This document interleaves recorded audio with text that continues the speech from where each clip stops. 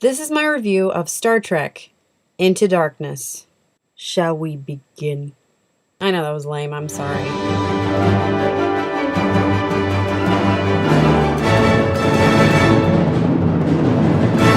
I just got back from seeing it for the second time. Don't judge.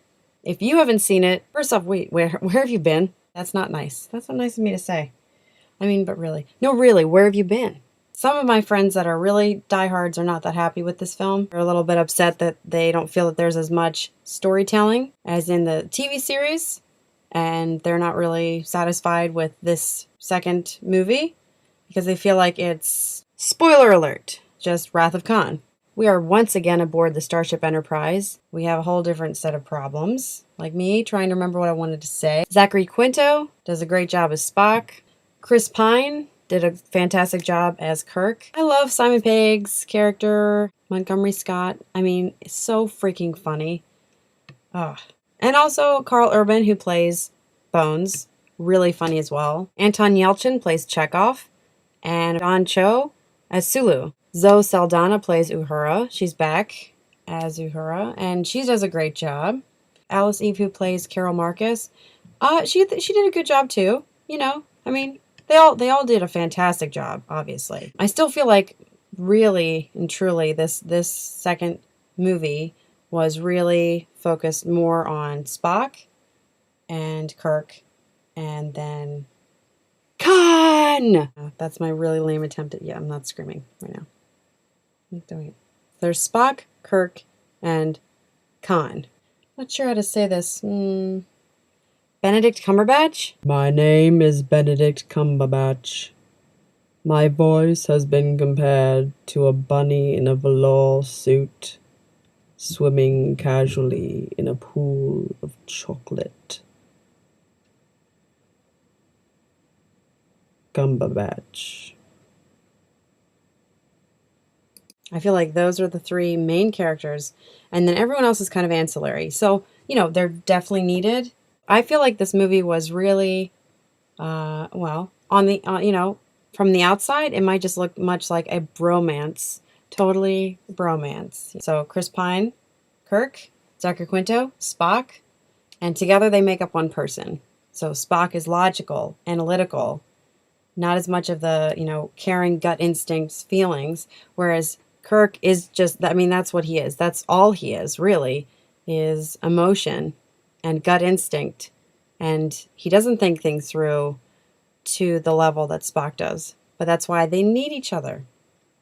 It's a symbiotic relationship. You know, it's beautiful. Such a good movie. Action-packed, thrilling, fantastic music. What else? Benedict Cumberbatch. Wow, okay. Freaking awesome bad guy. Such a great character. I cannot say enough about this character. I love this character. Yeah. Some people are new to Benedict Cumberbatch's acting completely, and this is the first time they're seeing him in anything, and from there they're going back and realizing that he's in other things like Sherlock and a lot of other great movies that have come before that, and TV shows, and radio productions. So all this good stuff. But if you see his role as Sherlock comparatively to this role that he's in here, it's just such a difference. And he just has a very wide range as an actor, and really, really enjoyed it. Thought he was an awesome baddie. Did a great job as a villain. I thought it was badass when Spock just goes primal on Khan when they're on this ship and he's fighting with him when they have to beam him down because they can't beam him up. Oh my god, such a freaking good scene. I mean, that whole scene, every scene I could pick out what I like about it best, but just at the moment, this was just so badass. Like, I mean, he was just like beating him to a pulp. As far as Khan, how badass was it that the Vulcan pinch didn't work on him? He was like, oh, I'm fighting this, I'm fighting it, oh, I got this. Stun setting didn't work. They stunned him like how many times? And then they had him with a piece of metal on top of that, just clunk over the head.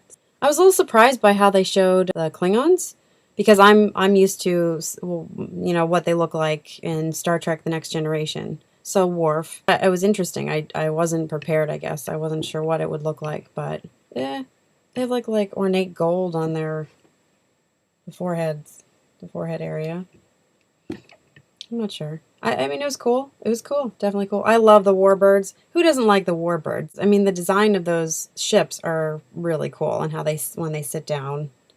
I love that the ship itself is very industrial. Like, even the warp core engine and so forth. It's not just like a room with like this tube in the middle. That even Star Trek Next Generation had it where it was. I mean, it was a little bit more elaborate. Every successive show, I think, has become more detailed with the plans. I just like how when you see these pieces of equipment, they look like they would actually that they would be fully functional, and everything has a purpose, and it's not just like, you know, this glowy tube in a room, and that's supposed to be the warp core. Instead, it's like, huge industrial. There's like steam coming off of pipes in some places, and there's like ladders, and it's just massive. And you think to yourself, that's what it would take for a real starship, not a fake starship. So if you haven't gone to see Star Trek Into Darkness, I apologize for saying anything that's a spoiler. I love also seeing movies more than once, because the first time you're just completely enraptured by the movie. You let yourself go, and you're enveloped in the movie itself. I don't do this with every movie, but if it's like a science fiction movie like this, or I really enjoyed the acting in a movie, what I'll do is I'll see it for the first time and just let myself completely enjoy it and be caught up in suspension of disbelief.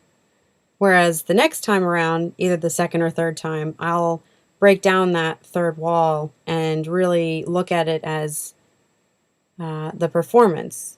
I take myself out of the movie in a way, just so that I can see what they're doing and really watch and learn from it.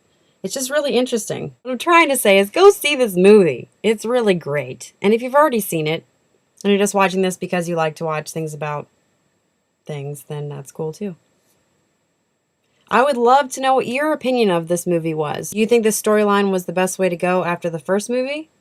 Did you think that it was enough of a departure that it wasn't just a Wrath of Khan remake? Do you think this movie was more than a bromance?